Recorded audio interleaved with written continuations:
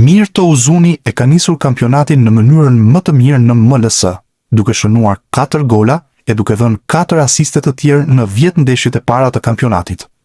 Në një intervistë dhënë për FSHF-TV në emisionin Në shtëpinë e futbollit, Uzuni foli për aventurën amerikane, teksa u ndal edhe te kombëtarja dhe merkatoja e janarit, ku zbuloi prapa skena. Si po shkon karriera jote në Amerikë? Është e vërtet që e kam nisur shumë mirë. Vitin e shkuar nuk isha në nivelin ku shoh veten time. Jam me 4 gola dhe 4 asiste në 10 ndeshjet e para dhe jam shumë i lumtur për këtë paraqitje. Si ishte transferimi nga Europa në Amerikë? Ishte pak e vështirë duke qenë se kultura është tjetër. Vija nga Liga e dytë si Granada dhe La Liga. Isha në një ekip që më përshtatej dhe shënoja gola. Erdha në një ekip si Austin me mentalitet tjetër dhe jam i lumtur që kam gjetur veten time. Prezenca e Shqipërisë në Amerikë. Të them të drejtën, në ndeshjen në Toronto më dukej sikur jam në Air Albania.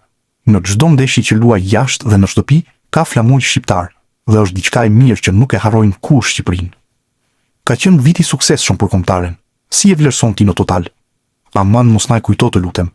Është e vërtetë dhe besoj të gjithë jemi dakord që kombëtarja ka bërë arritje.